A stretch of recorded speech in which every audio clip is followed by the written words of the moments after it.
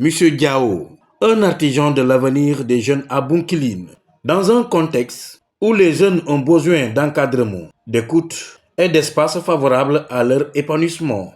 Monsieur Diao, responsable du bureau Enda Jeunesse Action de Bunkiling, s'impose comme un acteur engagé au service de la jeunesse. Grâce à son engagement, Monsieur Diao contribue à renforcer la confiance des jeunes en eux-mêmes et promouvoir une culture de solidarité, de responsabilité et de réussite. Son accompagnement quotidien est salué par de nombreux parents, enseignants et partenaires qui reconnaissent son rôle dans la création d'un environnement favorable au développement personnel et scolaire des jeunes de Bunkiling. L'atelier, c'est dans le cadre de la prévention de la santé mentale. Nous avons eu à renforcer les acteurs du CDPE dans le cadre de la prévention de la santé mentale. Pourquoi? C'est pour amener à ces acteurs-là de mieux, en tout cas, comprendre ce que c'est que la santé mentale et le démultiplier au niveau de leur service. Accompagner également Enda Jeunesse Action dans la mise en œuvre de cette activité-là. Parce que le CDPE étant un cadre d'échange de différents acteurs et que Enda est le point focal, disons, société civile, donc il est important que nous puissions participer à l'animation aussi du CDPE. Et dans ce sens-là, nous avons trouvé la nécessité d'organiser cet atelier de renforcement de capacité sur la prévention de la santé mentale, voilà, au bénéfice des différents acteurs qui composent le CDPE. C'est pour renforcer l'axe réseautage. Donc pour que Enda Jeunesse Action puisse être en tout cas vu à travers ces activités-là, différents acteurs qui composent le CDPE. Nous avons prévu à la fin de cet atelier-là, vous avez vu, donc d'élaborer un plan d'action commun, donc qui va être accompagné par le CDPE, donc pour renforcer la prévention de la santé mentale.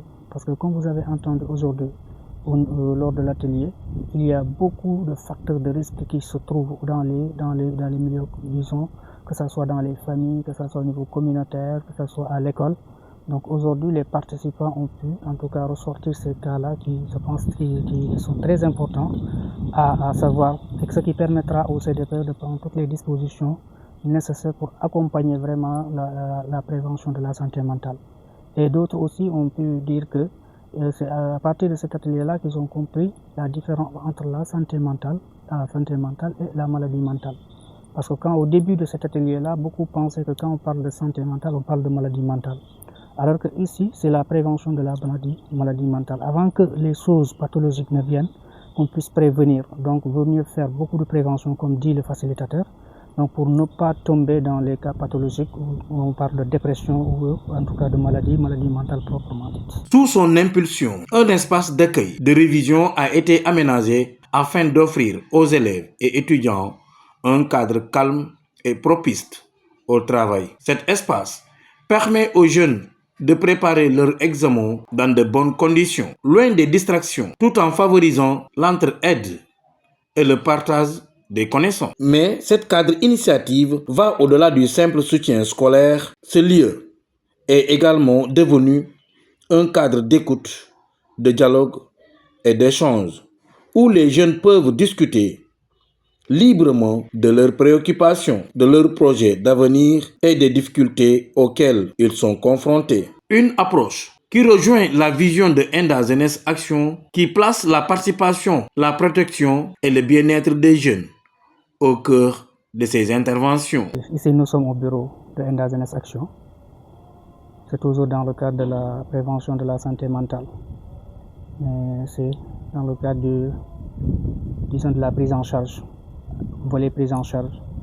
Et nous avons aménagé cet espace d'écoute-là pour accompagner les enfants. Et ce qui fait que ce que vous voyez là, Dieu a fait que nous commençons à recevoir les vagues d'enfants qui viennent réviser ici. Les enfants en classe de terminale, les enfants en classe de troisième qui viennent réviser ici leurs leçons pour les examens. Et aussi pour tout ce qui concerne les activités socio-éducatives que nous déroulons au niveau du centre, c'est ici que nous les déroulons. C'est les nouveaux locaux en tout cas de Enda Jeunesse Action.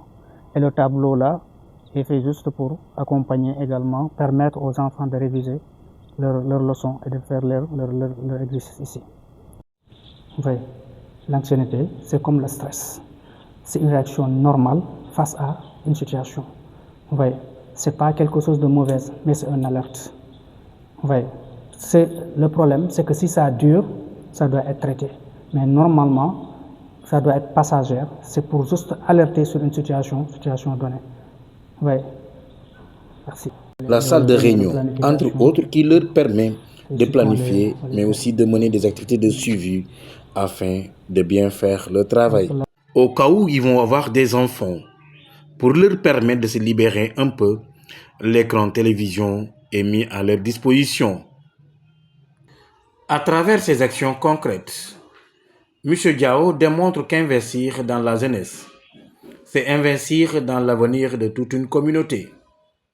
Son dévouement fait aujourd'hui de lui une référence locale en matière d'accompagnement des jeunes, confirmant que l'écoute, l'éducation et le soutien demeurent les meilleurs leviers pour bâtir une société plus forte et plus solidaire.